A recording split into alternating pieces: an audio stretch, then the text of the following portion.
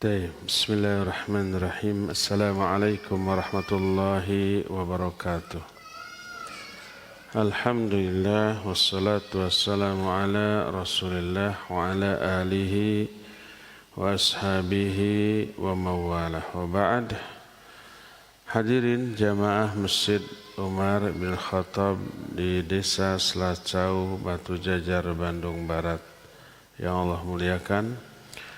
Para pendengar Radio Tarbiyah Sunnah Bandung, Radio SKN Cianjur, Radio Amuba Pangkal Pinang, dan radio-radio lain, serta para pemirsa beberapa stasiun TV, Persada, Niaga, Rabbani, dan TV-TV lain, juga para pendengar melalui akun media sosial manapun di mana saja Anda berada. Alhamdulillah kembali kita berjumpa untuk membahas masalah tauhid.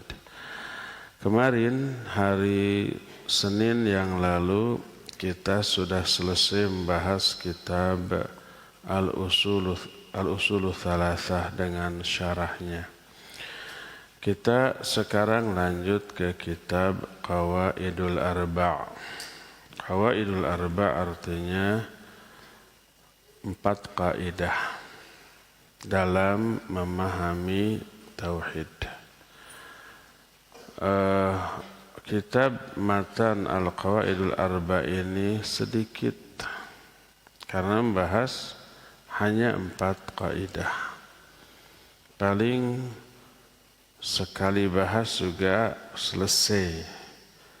Tapi karena masing-masing kaidah ini perlu penjelasan yang detail mendalam, kita tambahkan dengan syarah dari para ulama. Di muqaddimah kitab matan Al-Qawaidul Arba', muallif rahimahullahu ta'ala menyatakan, As'alullaha al-karim Rabbal arshil azim ayyatawallaka fid dunya wal akhirah wa ayyaj'alaka mubarakan aynama kunta wa ayyaj'alaka mimman idha u'tiya syakara wa idha btuliya sabara wa idha adnaba astaghfara fa inna ha'ula'i thalath unwanus sa'adah. Kata muallif, aku meminta kepada Allah yang mulia, pemilik arasy yang agung, agar Dia melindungi kita semua dunia dan akhirat, dan menjadikan kita sebagai orang-orang yang selalu diberkahi di mana saja berada, dan menjadikan kita termasuk orang-orang yang apabila diberi bersyukur, apabila diuji bersabar, apabila berdosa istighfar. Karena ketiga hal tadi itu merupakan penyebab utama kebahagiaan. Kebahagiaan 3 kuncinya, yaitu syukur ketika diberi, sabar ketika diuji, istighfar ketika berdosa atau bermaksiat. Itu doa. Lalu berkata mu'alif, i'lam arsyadakallahu li ta'atih annal hanafiyyata millata Ibrahim an ta'budallaha wahdahu mukhlishan lahuddin kama qala ta'ala wa ma khalaqatul jinna wal insa illa liya'budun. Ketahuilah wahai saudaraku yang semoga Allah menunjukimu untuk mentaatinya. Kebiasaan para ulama di tengah-tengah pelajaran, di tengah-tengah dakwah selalu diselipkan doa. Tadi awalnya doa, sekarang ini juga i'lam. Ketahuilah, arsyadakallahu li ta'atih. Semoga Allah memberi bimbingan kepadamu, hidayah kepadamu untuk mentaatinya. Nah, jadi sebelum menerangkan, doa dulu. Ketahuilah wahai saudaraku, bahwa agama yang hanif itu lurus, yaitu agama Nabi Ibrahim, berisi kalian menyembah hanya kepada Allah dengan mengikhlaskan, memurnikan seluruh pelaksanaan agama ini hanya untuk Allah. Sebagaimana firman Allah dalam surah Az-Zariyat ayat 56, tidaklah aku menciptakan jin dan manusia kecuali untuk beribadah kepadaku. فَإِذَا عَرَفْتَ أَنَّ اللَّهَ خَلَقَكَ لِعِبَادَتِهِ فَاعْلَمْ أَنَّ الْعِبَادَةَ لَا تُسَمَّى عِبَادَةً إِلَّا مَعَ التَّوْحِيدِ كَمَا أَنَّ الصَّلَاةَ لَا تُسَمَّى صَلَاةً إِلَّا مَعَ الطَّهَارَةِ. Kalau engkau sudah mengetahui bahwa Allah menciptakanmu untuk beribadah kepadanya, maka ketahuilah bahwa ibadah tidak disebut ibadah kecuali kalau disertai dengan tauhid. Tauhid itu mengesahkan Allah. Artinya ibadah itu hanya kepada Allah, tidak beribadah kepada lain.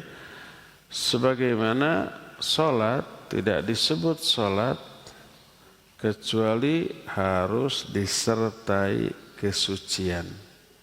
Suci dari hadas, suci dari najis.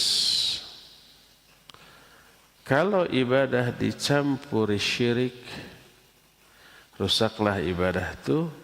Sebagaimana kalau salat terkena najis atau ada hadas, kesucian yang menjadi syarat sahnya salat, kesuciannya itu dirusak oleh najis atau hadas. Kita sudah berwudu, mau salat, tiba-tiba berhadas. Hadas itu mungkin keluar angin, mungkin pipis, mungkin BAB, hadas, maka kesucian tadi apa? Rusak. Kalau tidak suci lagi terus salatnya tidak sah. Salatnya ditolak. Atau mau salat tapi kecipratan najis, batal mah tidak. Kalau pakaian kita, tubuh kita kecipratan najis dalam keadaan sudah berwudu, wudu kita tidak batal. Cuma badan dan pakaian yang terkena najis tadi tidak boleh dipakai sholat. Kalau sholat dalam keadaan ada najis di badan atau di pakaian tidak sah. Harus dicuci najisnya tanpa mengulang wudunya. Umpamanya kita sudah berwudu, terus mangku budak, anaknya masih setahun atau 10 bulan, ngompol,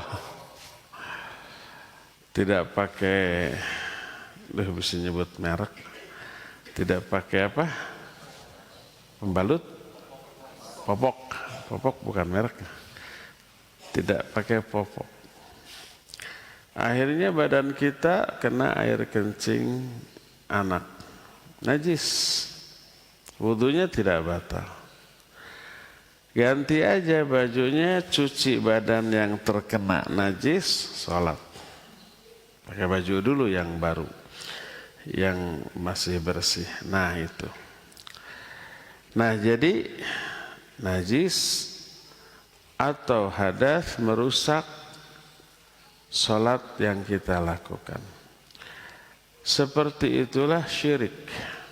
Perbuatan musyrik merusak tauhid, merusak ibadah yang kita lakukan. Bila ada perbuatan syirik masuk ke dalam ibadah yang kita lakukan, batallah ibadah tersebut seperti batalnya kesucian kita bila terkena hadas. Umpama walaupun syirik kecil, kita sholat riya, kita sholat ujub, syirik kecil itu, maka tidak akan diterima oleh Allah, ditolak oleh Allah dan diazab. Tidak hanya ditolak, juga disiksa. Allah berfirman, fawailul lil musallin, celaka orang yang sholat. Salah satu penyebab kecelakaan orang sholat, alladzina hum yura'un, orang-orang yang riya di dalam sholat. Riya syirik kecil, merusak ibadah yang dilakukan. Semua ibadah, tidak hanya sholat, infak, sedekah, tapi riya. Atau umpamanya haji, umroh, tapi riya. Haji umroh itu ibadah yang sangat potensial untuk riya. Sebelum ibadahnya tuh, pas daftar juga sudah riyanya. Begitu daftar, ceklek-ceklek dipoto, ditempel di Facebook, jadi status di WhatsApp, di media sosial lain, Instagram, YouTube, dan seterusnya. Baru daftar haji. Doakan teman-teman ya, semoga lancar. Sudah riya duluan, hajinya belum. Bisa rusak. Maka faida arafta anna syirka idza khalata al-ibadah afsadaha wa ahbata amala wa sara sahibuhu minal khalidina minan nar, arafta anna ahamma ma 'alaika huwa ma'rifatu dzalik. Kalau engkau sudah tahu bahwa syirik bila bercampur kepada ibadah akan merusak ibadah itu, membatalkan seluruh amal-amal pelakunya dan kekal dalam neraka. Tidak akan diampuni dosanya kalau terbawa mati. Jadi efek syirik pertama, ibadah yang dilakukan batal. Kedua, amal-amal ibadah yang dulu pernah kita lakukan secara ikhlas terhapus. Allah menyatakan, lain asyrakta la yahbatanna amaluk. Kalau kamu berbuat syirik, pasti batal semua amal-amal ibadahmu. Dia dosanya tidak diampuni. Innallaha la yaghfiru ayusyraka bihi wa yaghfiru ma duna dzalika liman yasha. Allah tidak akan mengampuni dosa syirik. Tapi selain syirik diampuni bagi orang-orang yang Allah kehendaki. Jadi syirik itu luar biasa buruk pengaruhnya. Jadi kalau engkau sudah mengetahui bahwa apabila syirik bercampur ibadah, ibadah itu rusak, batal semua amal-amal pelaku perbuatan syirik tadi, kekal di dalam neraka, maka dari sini engkau harus mengetahui betapa pentingnya mengetahui syirik. Bukan untuk diamalkan, tapi dihindarkan, dijauhi. La'allallaha ayyukhallisaka min hadhihi syabkah wa hiya syirku billah alladhi qala Allah ta'ala fi innallaha la yaghfiru ayyushraka bihi wa yaghfiru ma duna dzalika liman syaa. Semoga Allah mengikhlaskan, memurnikan, membersihkan kita semua dari penyakit berbahaya ini, yaitu syirik, yang apabila orang yang melakukannya tidak tobat sampai matinya, menyebabkan tidak akan terampuni selama-lamanya. Bagaimana cara mengetahui batasan-batasan syirik? Wa dzalika bima'rifati arba'ati qawaida dzakarallahu ta'ala fi kitabih. Mengetahui syirik adalah dengan mengetahui 4 kaidah yang oleh Allah disebutkan dalam Al-Quran. 4 kaidah dalam memahami syirik. Kita mengetahui syirik bukan untuk diamalkan tapi untuk diapakan? Dihindari, dijauhi ya. Karena bahaya dari syirik. Apa saja keempat kaidah tadi? Pertama, al-qaidatul ula. An ta'lama annal kuffar alladhina qatalahum Rasul sallallahu alaihi wasallam muqirruna bi anna Allah ta'ala huwa al-khaliqur raziqul muhyi al-mumit al-mudabbir wa anna dhalika lam yudkhilhum fil Islam. Kaidah pertama, hendaklah diketahui bahwa orang-orang kafir yang dahulu diperangi oleh Rasul sallallahu alaihi wasallam, orang-orang musyrik, orang-orang kafir Quraisy diperangi oleh Rasul sallallahu alaihi wasallam, mereka meyakini bahwa Allah lah satu-satunya pencipta, satu-satunya pemberi rezeki, satu-satunya yang menghidupkan, mematikan dan mengatur seluruh alam ini. Jadi orang-orang musyrik dahulu ngaku, meyakini. Tapi itu tidak membuat mereka menjadi muslim. Tidak dianggap otomatis Islam hanya karena meyakini Allah pencipta alam jagat raya ini. Jadi hanya meyakini, ya saya tahu, saya yakin yang menciptakan alam jagat ini Allah, mengatur semuanya ini Allah. Itu tidak cukup untuk menjadi muslim. Karena orang kafir Quraisy zaman dahulu juga begitu. Kata siapa? Kata Allah dalam Al-Quran. Salah satunya, ayat ini banyak. Tapi salah satunya surah Yunus ayat 31. Allah berfirman, "Qul may yarzuqukum minas sama'i wal ardi amman yamliku as-sam'a wal absar wa may yukhrijul hayya minal mayyit wa yukhrijul mayyita minal hayyi wa may yudabbirul amra fasayaquluna Allah faqul afala tattaqun." Kata Allah, katakan oleh Muhammad kepada orang-orang kafir tuh, orang-orang musyrik, tanya kepada mereka, siapa yang memberi rizki kepada kamu dari langit dan bumi? Rizki dari langit apa? Hujan yang sekarang sedang turun. Tanpa ada hujan nggak akan ada rizki. Kalau hujan umpamanya tidak turun setahun, tumbuh-tumbuhan mati.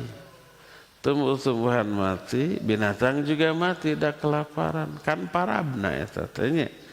Binatang mati, kita makan apa? Makan tumbuh-tumbuhan semua mati.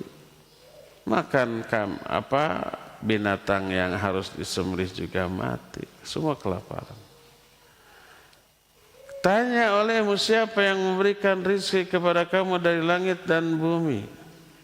Atau siapa yang memberikan pendengaran dan penglihatan? Siapa yang menghidupkan dan mematikan? Siapa yang mengatur seluruh urusan? Pasti mereka akan menjawab Allah. Orang musyrik, orang kafir ditanya, siapa tuh yang menguasai alam jagat raya? Allah jawabannya. Tanya, afala tattaqun?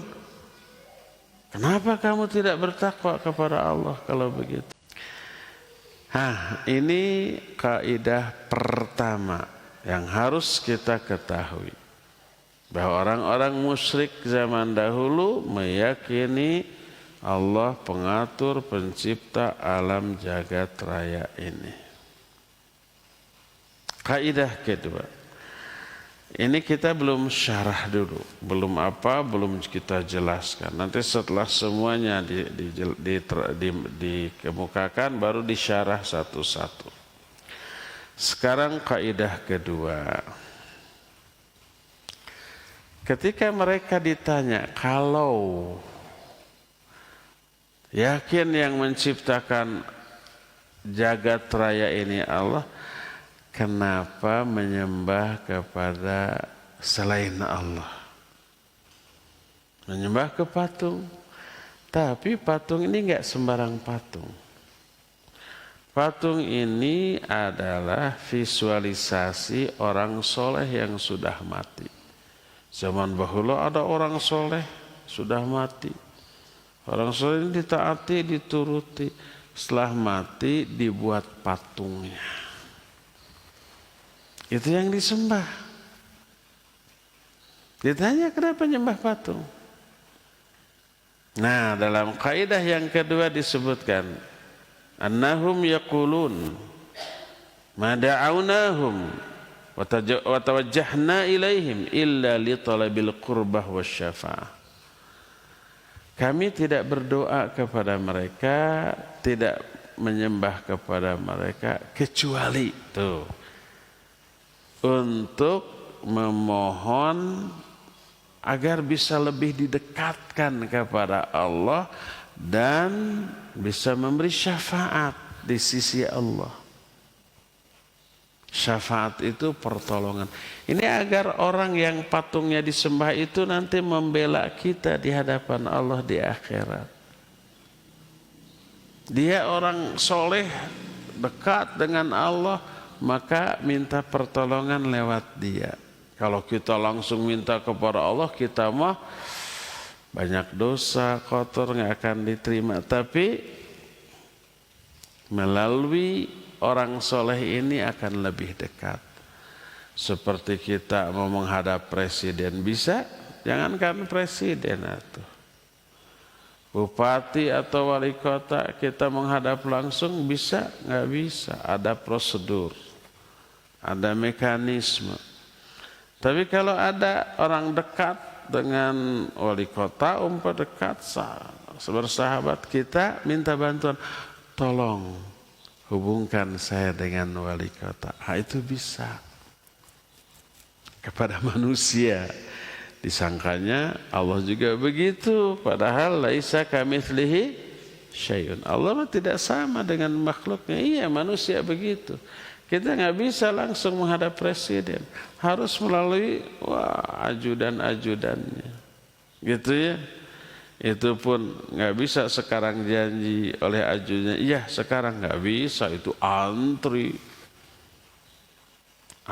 banget, gitu ya. Nah, jadi kata mereka, kami berdoa kepada patung orang soleh. Itu agar kami didekatkan kepada Allah dan agar orang soleh yang patungnya kami sembah ini menolong kami, memberi syafaat kepada kami di akhirat. Itu tuh kata siapa bahwa orang-orang musyrik zaman baheula begitu? Ini Al-Quran menerangkan. Surah Az-Zumar ayat yang ketiga menyatakan walladzina ittakhadhu min dunihi awliya'a ma na'buduhum illa liyuqarribuna ila Allahi zulfa innallaha yahkumu bainahum fima hum fihi yakhtalifun innallaha la yahdi man huwa kadzdzabun kaffar. Pertama, dalil bahwa mereka berdoa kepada orang soleh yang sudah mati itu agar didekatkan kepada Allah. Dalilnya Az-Zumar ayat yang ketiga, kata Allah, dan orang-orang yang menjadikan sesembahan selain Allah. menyembahnya kepada selain Allah, kepada patung. Mereka berkata, kita tidak menyembah kepada patung ini kecuali agar orang soleh yang patungnya kita sembah ini bisa mendekatkan kami kepada Allah sedekat-dekatnya. Tuh. Jadi niat nama agar bisa didekatkan kepada Allah cuma melalui perantara. Dalam bahasa Arab perantara ini disebut wasilah, melalui wasilah. Wasilahnya itu orang soleh yang sudah mati, maka ibadah kepada Allah jangan langsung tuh melalui perantara, kata mereka. Adapun dalil bahwa mereka beribadah kepada patung agar orang soleh tersebut memberi syafaat diterangkan oleh Allah dalam surah Yunus 18. Allah menyatakan, wa ya'buduna min dunillahi ma la yadurruhum wa la yanfa'uhum wa yaqulun haula'i syufa'auna indallah. Mereka beribadah kepada selain Allah, kepada patung yang tidak bisa memberi madarat, tidak bisa memberi manfaat. Patung yang disembah jangankan memberi madarat, jangankan memberi manfaat, dia sendiri tidak bisa berbuat apa-apa untuk diri. Coba patung teke ke orang, nakis semua, enggak, ngelawan, enggak. Jangankan oleh kita. Coba patung lagi namprak begini, simpen roti bubukna, dimakan? Tidak. Ngeong-ngeong ada lalat, trep, entrep, apa entrep teh? Hinggap di roti itu, diambil sama lalat. Patung bisa mempertahankan, ini manusia, apa begitu? Enggak, diem sampai habis. Datang semut, diambil semua roti. Tidak bisa memberi manfaat, tidak bisa memberi madarat. Tapi mereka berkata, haula'i syufa'auna indallah. Mereka ini orang-orang yang akan memberi syafaat kepada kami di sisi Allah. Bukan patungnya yang kita sembah, yang kita ibadati, tapi orang soleh yang patungnya dibuat. Nah, patung orang soleh ini. Jadi orang solehnya nanti katanya tuh. Itu kata orang-orang musyrik zaman baheula. Kenapa disembah? Agar memberi syafaat di sisi Allah nanti. Padahal syafaat ada dua macam. Pertama syafaat manfiyah, kedua syafaat muthbitah. Syafaat manfiyah adalah syafaat yang ditolak. Yang kedua syafaah muthbatah, bukan muthbitah. Muthbatah syafaah yang diterima, yang ditetapkan. Apa syafaat manfiyah? Syafaat yang diminta dari selain Allah. Minta syafaat ke makhluk. Yang makhluk itu tidak bisa, tidak mampu memberi syafaat yang diminta.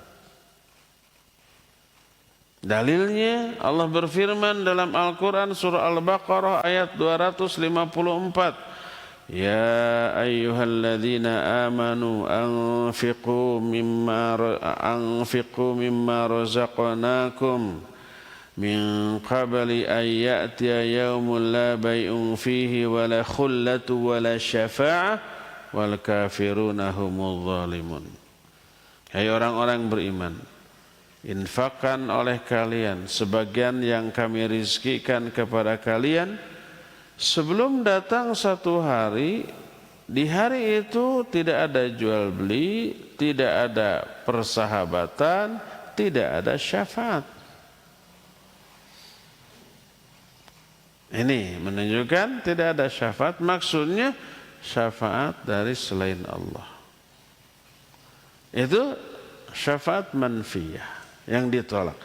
Adapun syafaat mutsbatah yang diminta dari Allah, minta syafaatnya kepada Allah, yang memberi syafaatnya orang yang dimuliakan, yang diberi syafaatnya orang yang Allah ridhoi ucapannya dan amalannya. Allah menyatakan, man dzalladzi yashfa'u indahu illa bi'idznih.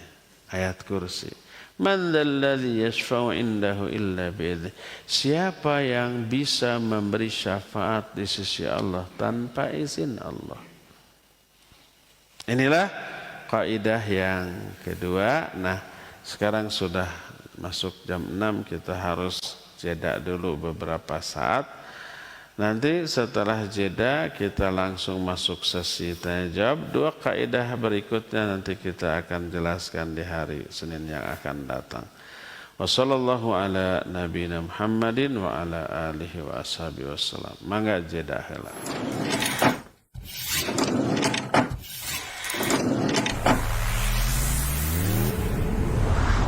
Tarbiyah Sunnah Channel.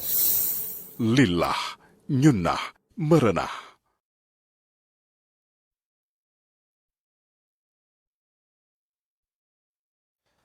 Baik, khotiman azani Allah wa iyyakum. Setelah kita menyimak pemaparan materi yang disampaikan oleh Al-Ustaz Abu Haidar As-Sundawi hafizahullah ta'ala, kami mengundang Pak Antum semua untuk bertanya kepada Ustadz. Silakan nanti jika diberikan kesempatan oleh Ustadz untuk bertanya melalui line telepon, bisa melalui line telepon di nomor 02286862637 ataupun bisa melalui pesan singkat ke nomor 081122714776. Untuk pertanyaan kesempatan pertama kami persilakan, barangkali ada jamaah yang akan bertanya langsung kepada Ustadz di Masjid Umar bin Khattab. Silakan. Baik. Tarya.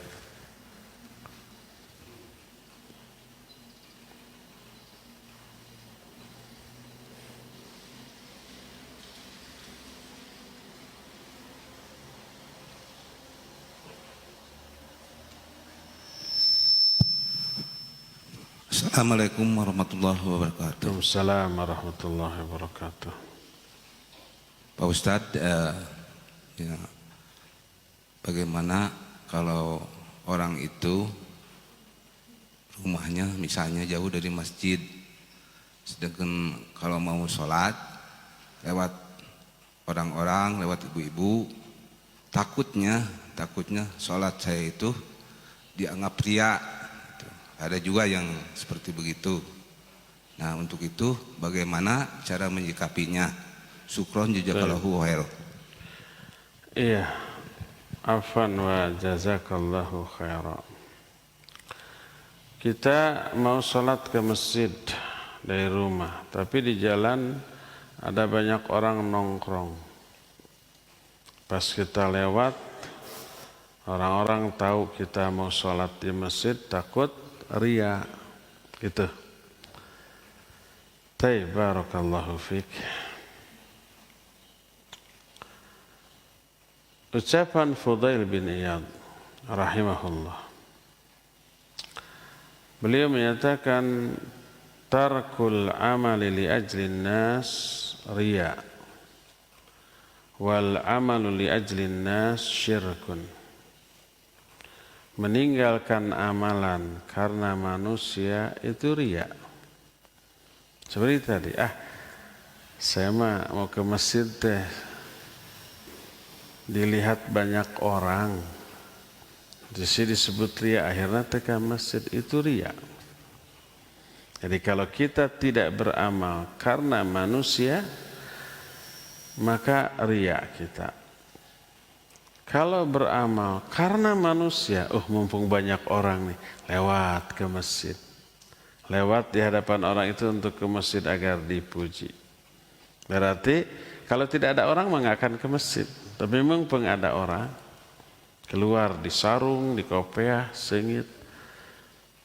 Perunten badai ke masjid. Jadi beramal karena orang itu syirik. Meninggalkan amalan karena manusia disebut riya. Beramal karena manusia itu syirik. Lalu harusnya bagaimana?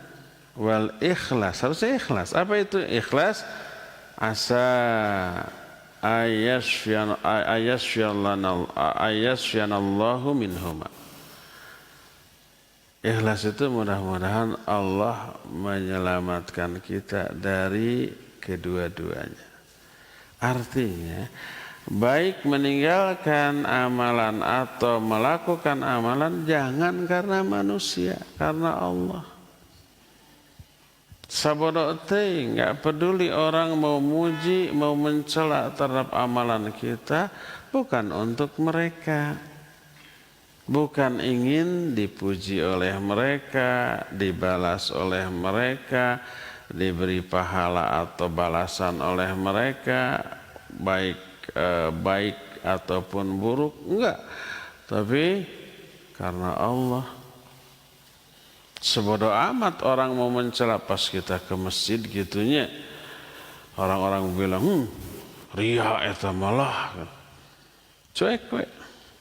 Tetap yang penting kita fokus melakukan amalan yang diperintahkan. Dengan tujuan mengharapkan pahala, balasan, pujian dari Allah, bukan dari orang. Orang mau komentar begitu, mau komentar gini, EGP. Naon EGP teh? Emang gue pikirin. Cuek gue. Mau muji kita, mau mencela kita. Mau menyukai kita, mau membenci kita karena amalan yang kita lakukan enggak peduli.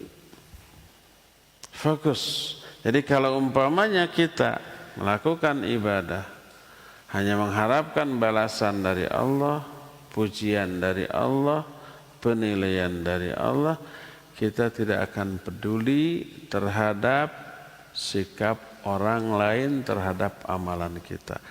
Mau ada orang di jalan mau tidak, saya mah tetap ke masjid. Mau dipuji orang atau tidak, saya mah tetap ke masjid. Mau dicela orang atau tidak, saya mah tetap ke masjid. Mau dituduh wah eta Maria hayang kapuji, enggak peduli. Mangga teh teuing rek di kitu, rek di kieu. Rek dibeureum, rek di hideung, rek di naon deui lah pokona rek dipuji, rek dicela, teu aya urusan. Jadi sikap fokusnya karena ridho Allah. Wallahu a'lam bishawab. Mangga deui Cepi. Baik, syukran Ustadz atas jawabannya. Pertanyaan melalui pesan singkat WhatsApp Ustadz. Assalamualaikum warahmatullahi wabarakatuh. Semoga Ustadz selalu berada dalam lindungan Allah Subhanahu wa taala. Dari Amiruddin di Karawang Ustadz. Apakah termasuk syirik jika seseorang mengatakan jika minum obat dari dokter ini saya tidak sembuh, tapi jika minum obat dari dokter itu pasti sembuh? Atau ucapan jikalau tidak ada si fulan pasti aku akan celaka dan semisalnya. Karena di zaman sekarang ini saya sering dengar perkataan itu di tengah masyarakat kita dan hal itu dianggap biasa. Mohon penjelasannya Ustadz. Syukran wa jazakallahu khairan wa barakallahu fiik. Silakan Ustaz. Iya, wa jazakallahu khairan afan wa fika barakallah. Boleh enggak kita mengatakan kalau saya enggak ke dokter ini enggak akan sembuh? Kalau umpamanya saya tidak ada si anu saya akan celaka. Itu sama dengan berkata begini. Kalau enggak makan saya lapar. Kalau nggak minum, saya haus. Kalau tidak istirahat, saya capek. Boleh mengatakan begitu? Ya boleh. Ini ada memang realita nak itu. Kenyataannya demikian. Kalau kita nggak makan, lapar. Kalau kita nggak minum, haus. Karena lapar dan makan ada hubungan sebab akibat. Akibat tidak makan, lapar. Akibat tidak minum, haus. Akibat makan jadi hilang lapar. Akibat minum jadi hilang haus. Ada hubungan sebab akibat? Ada. kalau kita mengatakan kalimat tersebut dalam rangka menjelaskan adanya sebab akibat antara dua hal itu boleh, tanpa menafikan takdir Allah dalam hal itu. Pernah enggak Nabi SAW mengatakan itu? Iya, pernah. Beliau berkata ketika Abu Thalib pamannya mati, itu kan harusnya masuk ke dalam neraka yang paling bawah, karena mati dalam keadaan musyrik. Abu Thalib didoakan oleh Allah agar Allah mengampuni dosanya, ditolak, tidak boleh. Tetap akan disiksa di neraka yang paling bawah untuk orang-orang musyrik. Lalu Nabi berdoa agar minta keringanan hukuman bagi Abu Thalib, dikabulkan. Sehingga yang harusnya tingkatan nerakanya yang paling bawah diangkat menjadi yang paling atas, paling ringan. Kata orang Selasa mah tepira, dikasih dua sendal, dipakai di kaki, langsung mendidih ubun-ubunnya. Itu yang paling ringan. Itu berkat doa Nabi SAW. Lalu Nabi menyatakan, laula ana lakana fid darkil asfali minan nar. Seandainya bukan karena saya, pasti Abu Thalib itu akan berada di tingkatan neraka yang paling bawah. Jadi mengatakan seandainya untuk memberitahukan kejadian yang sudah berlalu, itu dibolehkan. Seperti contoh umpamanya kita sedang nyetir, konsentrasi full, tidak ngebut, paling 40 km per jam atau 30 rada padat gitu ya. Mobilnya masih bagus, tiba-tiba ada anak nyebrang. Ada. Kita rem, sekut, paling 5 cm deh katabrak. Tanya, alhamdulillah selamat. Lalu kita berkata, seandainya tidak saya rem, pasti anak itu tertabrak. Perkataan ini betul apa tidak? Betul. Sok lamun tadi rem, jeger atuh. Jadi seandainya saya tidak rem, pasti anak itu tertabrak. Boleh, karena ini hanya menginformasikan, memberitahukan kejadian yang sudah terjadi, tanpa menafikan atau menolak takdir Allah dalam hal itu. Kita ditakdirkan nyetir konsentrasi, ditakdirkan anak nyebrang dadak, ditakdirkan kita bisa ngerem mendadak, ditakdirkan selamat. Itu memang semua takdir Allah. Kita meyakini itu, lalu kita memberitahukan proses kejadiannya, kronologis kejadiannya. Seandainya saya tidak konsentrasi, anak itu tertabrak. Seandainya rem saya blong, anak itu tertabrak. Seandainya tidak saya rem, anak itu tertabrak. Boleh. Sama dengan perkataan Nabi SAW tadi, seandainya bukan karena saya, niscaya Abu Thalib akan ada di dalam neraka yang paling bawah. Nah, itu tidak lepas dari takdir. Ditakdirkan Abu Thalib mati dalam keadaan musyrik, ditakdirkan Nabi SAW berdoa minta keringanan dan dikabul oleh Allah. Iya. Jadi kalau perkataan seandainya tidak begini akan begitu, kalau itu ada hubungan sebab akibat, maka boleh.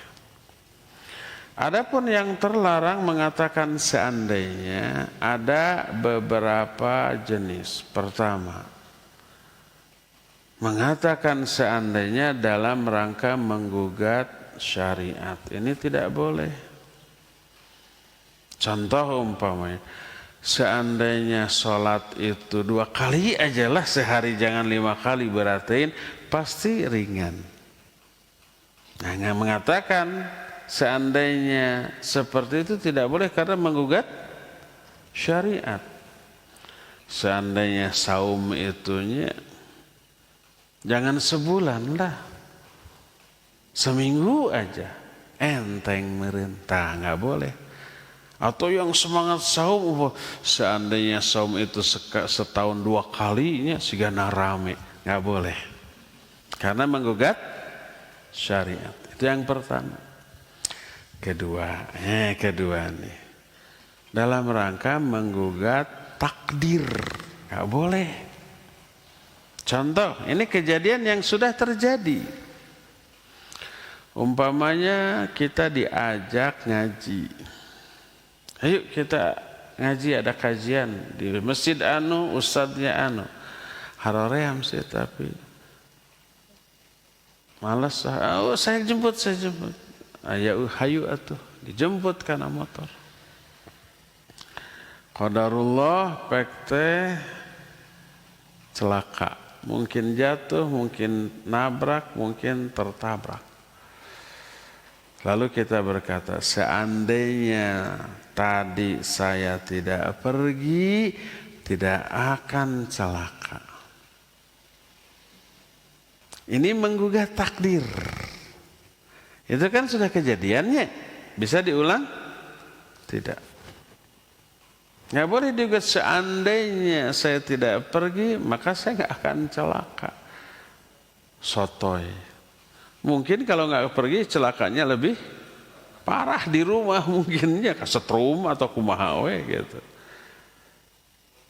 Nah ini tidak boleh karena menggugat takdir, tapi harus katakan qadarullah masyafa.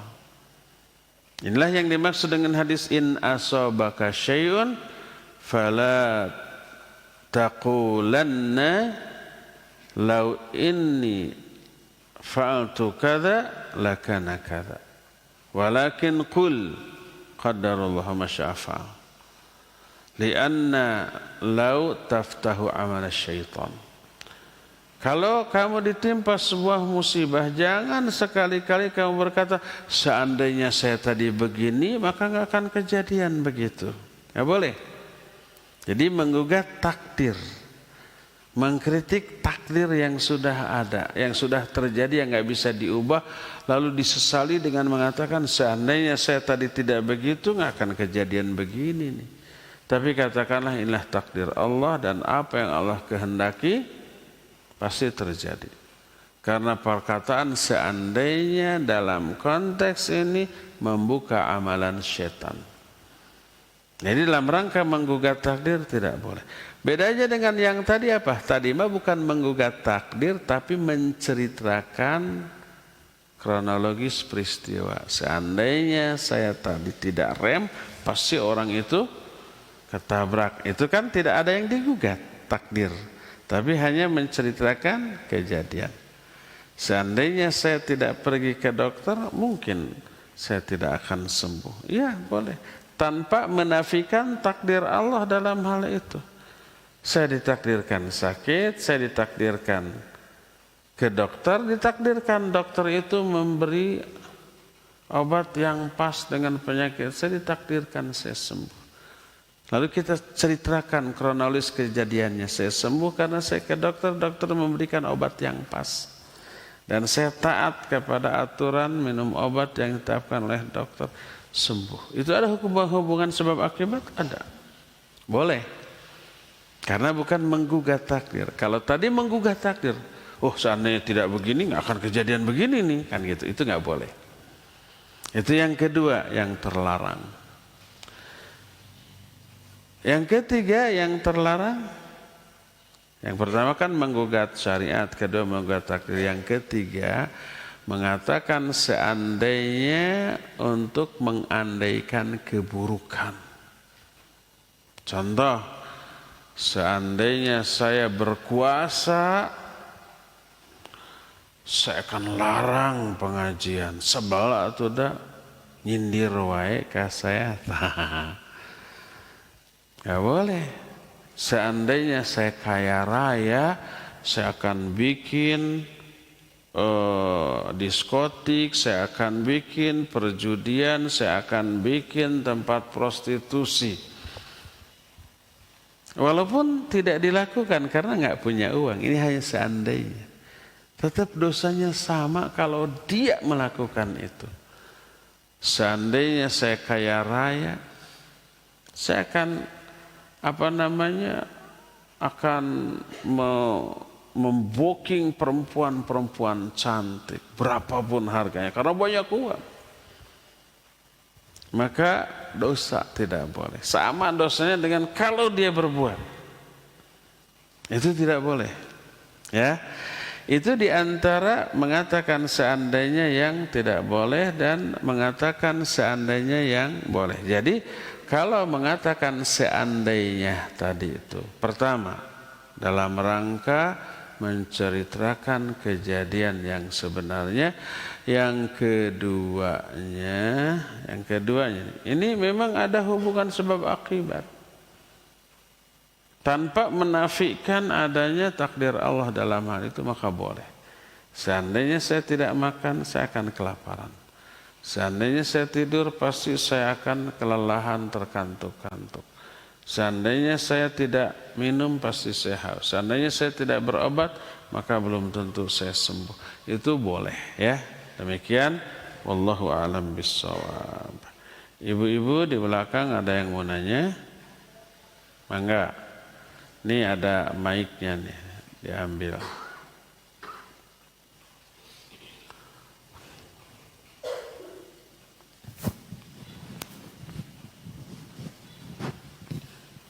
Bismillahirrahmanirrahim. Assalamualaikum warahmatullahi wabarakatuh. Waalaikumsalam warahmatullahi wabarakatuh. Afwan Ustadz, mungkin pertanyaannya agak sedikit keluar dari jalur. Ini kisah tentang seorang yang ingin hijrah dari pernah bekerja di sebuah perusahaan asuransi. Walaupun konteksnya asuransi syariah yang dijalani, tapi seiring perjalanan waktu dia ingin meninggalkan, tapi dalam perjalanan hidupnya dia pun banyak cobaan-cobaan, diantaranya dia terlilit hutang gitu, sehingga masih berat untuk meninggalkan perusahaan tersebut. Dan penghasilan yang didapatnya itu karena belum punya lompatan yang lebih besar dari perusahaan yang dia jalani, dia masih berkutat di situ, dan uang yang didapatnya untuk bayar-bayar hutang gitu. Adapun untuk makannya mungkin dia cari dari kafaahnya yang lain gitu. Tapi karena permasalahannya hutang tadi, jadi dia masih mengambil penghasilan dari perusahaan itu.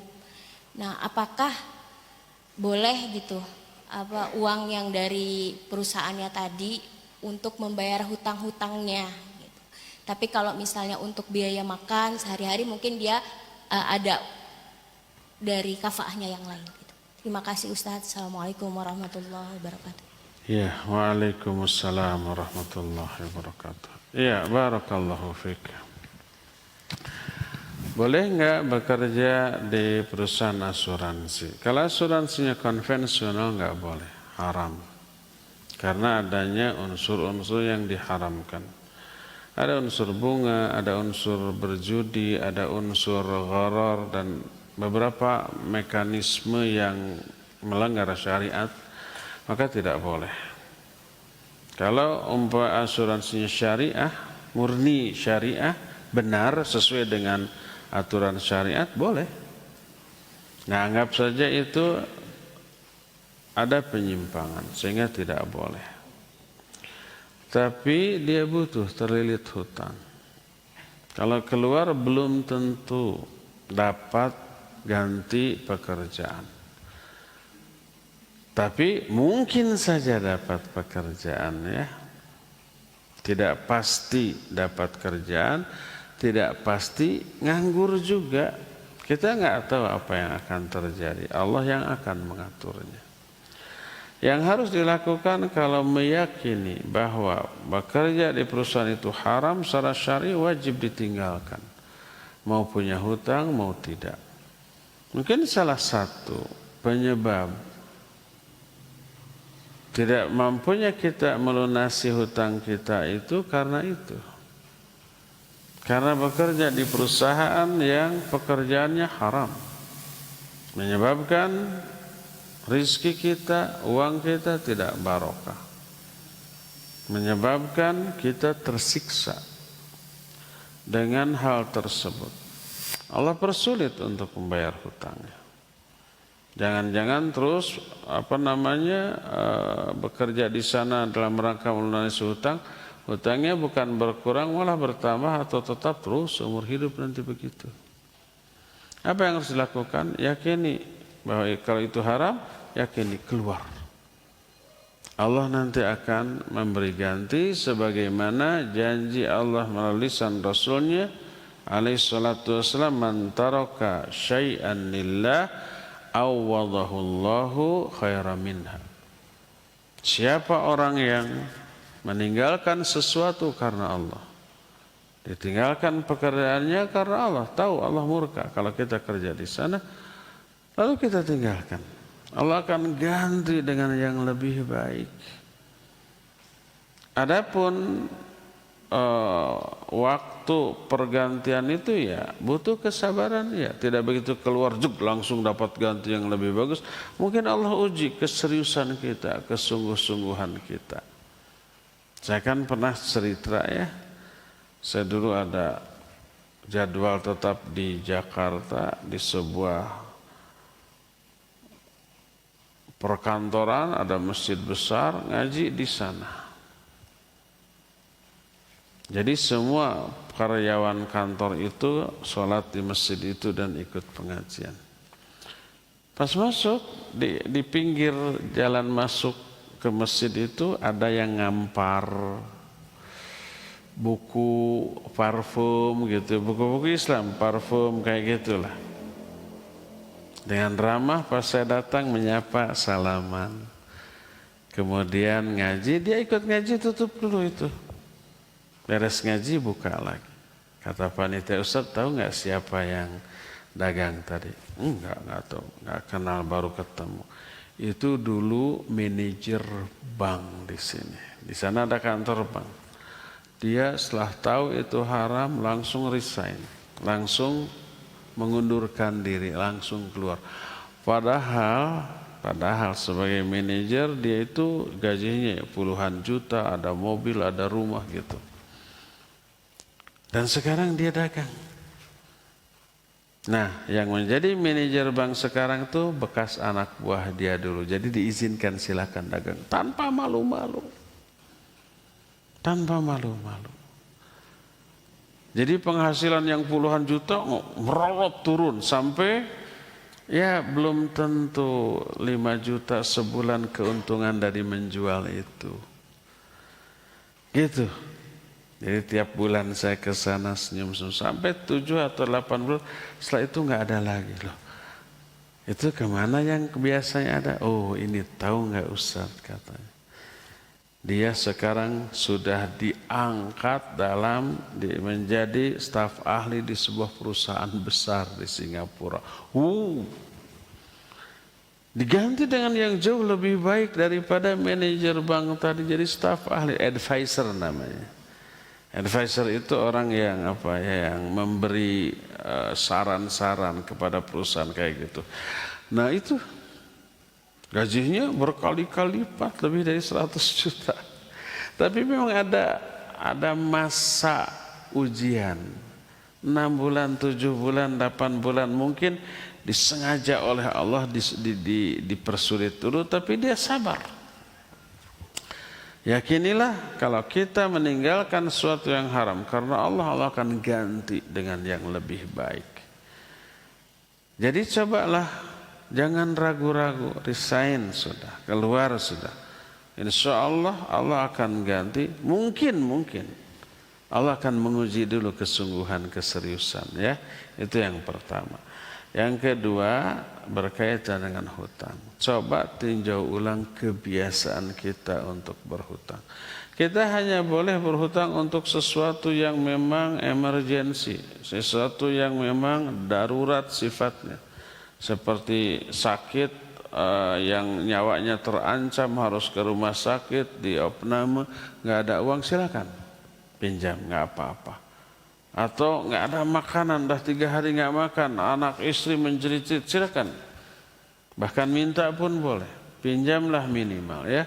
Adapun untuk kebutuhan sekunder, tersier gitu ya, pinjam uang untuk beli mobil. Mobil Pak Balatak di luar tuh. Bisa nebeng kita, lebih murah. Pakai ojek online, pakai taksi online, biayanya jauh lebih murah daripada pakai mobil sendiri. Iya, sok tanya kepada yang punya mobil. Lebih murah dibanding punya mobil sendiri. Sekarang dari sini ke Bandung, pakai ojek online, pakai taksi online, sabaraha. Paling 50.000, 60.000 ya ke Bandung. PP 120.000. Nah pakai mobil sendiri bensinnya, ya bisa minimal 100.000. Belum parkir, belum tol, gitu ya. Belum kalau pakai mobil gaya hidup.